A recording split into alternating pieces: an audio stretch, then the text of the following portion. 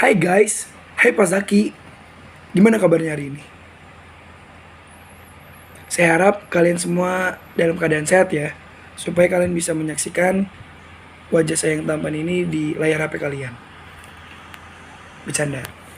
Supaya kalian dapat memahami apa yang akan saya jelaskan pada hari ini, yaitu tentang jaringan saraf pada jaringan hewan.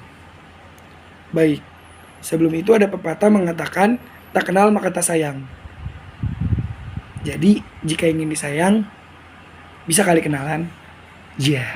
Baik, perkenalkan nama saya Alexander Spaldo Golanix. Saya dari kelas 11 IPS 1. Biasanya dipanggil Nengok. Bercanda, biasalah saya tuh banyak bercandanya. Tapi kalau mau diajak serius juga ayo. Baik, biasa saya dipanggil Valdo ya. Pertama-tama, sebelum ke jaringan saraf, saya akan menjelaskan pengertian dari jaringan hewan. Jaringan hewan merupakan sekumpulan sel-sel hewan di mana mempunyai sebuah bentuk serta fungsi yang sama sehingga membentuk jaringan pada tubuh hewan. Di dalam jaringan hewan ini dibagi menjadi 4. Yang pertama jaringan epitel, yang kedua jaringan ikat, yang ketiga jaringan otot, dan yang terakhir materi yang akan saya bahas hari ini, yaitu jaringan saraf. Di dalam jaringan saraf ini saya akan membahas tentang pengertian jaringan saraf, komponen jaringan saraf, struktur jaringan saraf, dan yang terakhir fungsi jaringan saraf.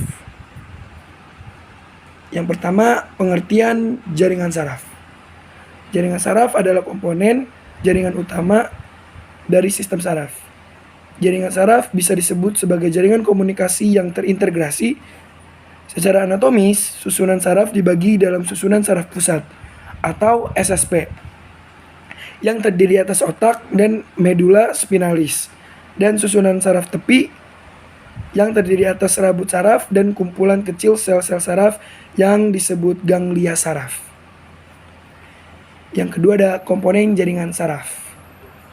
Jaringan ini terdiri dari neuron atau sel-sel saraf yang menerima dan mengirimkan impuls, dan neuroglia yang juga dikenal sebagai sel-sel glial atau lebih sering hanya dipanggil glia dalam bahasa Yunani, yang berarti lem, yang membantu penghantaran impuls saraf serta memberikan nutrien bagi neuron. Jaringan saraf terdiri dari berbagai jenis sel-sel saraf yang semuanya memiliki sebuah akson. Sebelumnya, apakah kalian sudah mengetahui akson? Belum ya? Nah, maka dari itu tujuan saya menjelaskan tentang jaringan saraf hari ini kepada kalian, supaya kalian itu tahu tentang jaringan saraf. Kalau nggak saya jelaskan, kalian kan cuma rebahan sambil scroll TikTok. Ya, canda. Oke, akson adalah bagian sel yang panjang seperti batang yang mengirimkan sinyal potensial aksi ke sel berikutnya. Yang ketiga ada struktur jaringan saraf. Secara struktural, jaringan saraf terdiri atas 2 jenis sel. Yang pertama sel saraf atau neuron, yang umumnya memiliki banyak cabang panjang dan beberapa jenis glia. Itu yang kedua. Yang kedua itu beberapa jenis sel glia yang memiliki cabang-cabang pendek, menyangga dan melindungi neuron, dan ikut serta dalam aktivasi saraf, nutrisi saraf, dan proses pertahanan susunan saraf. Dan jaringan saraf ini mempunyai banyak fungsi. Di sini saya akan menyebutkan beberapa. Yang pertama, fungsi kognitif, meliputi pikiran, ingatan, pembelajaran, dan perasaan. Berarti kalau punya rasa ke seseorang, berarti itu fungsi kognitif lah ya masuknya. Yang kedua ada fungsi motorik, seperti gerakan dan koordinasi.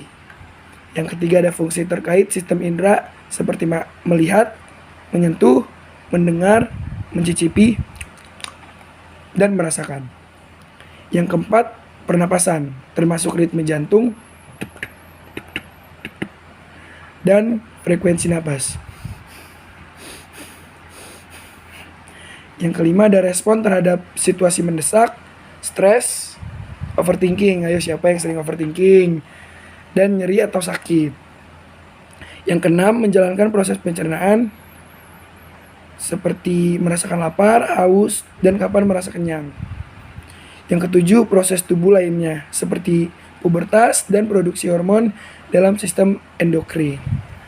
Baik, itu materi tentang sel tentang jaringan saraf yang sudah saya jelaskan kepada kalian. Saya harap kalian dapat mengerti apa yang sudah saya jelaskan hari ini.